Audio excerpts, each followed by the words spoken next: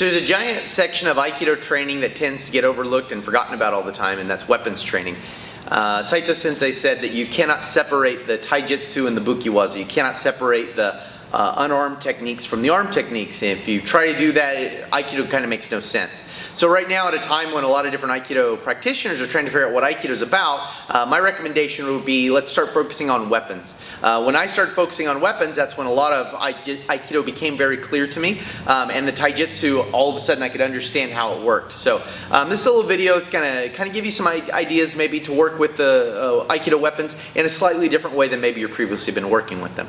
So an important thing to remember is, while the saburi are important to know, and the katas and the kumijo, these are all important things to understand. If you can't hit something successfully with the stick, then you're really training nothing. So remember, every time you're training weapons work, you're learning how to hit something with this. So if you don't have the ability to do that, you're really kind of training nothing. Doesn't matter how flashy or pretty you look or how many things you memorize. If you don't know how to hit something with this stick, then that's all useless. So let's look at a couple basic ski drills, so thrusting drills. So I have Josh equipped here with a focus mitt. So we have these focus mitts around for, can I move that way a little bit, and stick your glove out.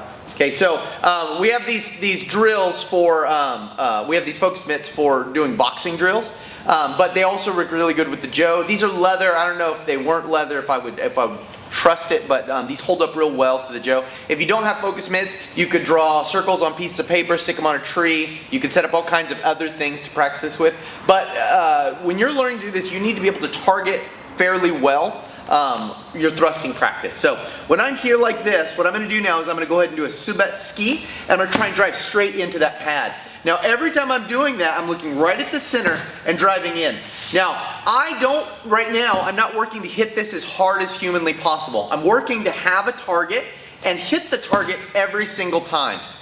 Now he's going to also hold these in different configurations. That's really high. That's a head. That's super high. So maybe chest. This is a normal target here for practicing. Bang.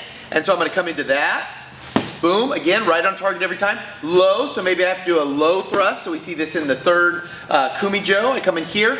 Low strikes. Now when you're doing this, first you have to go very, very slow, because I don't want to hit this guy's arm, right? If I nail his arm, that's bad for my partner. It's also bad for my targeting. So go as slow as you need to go initially to get the idea. I would start right at chest level, exactly like the normal target would be. Now, as you get better at this, you can start delivering harder and harder strikes, so eventually you're hitting pretty hard.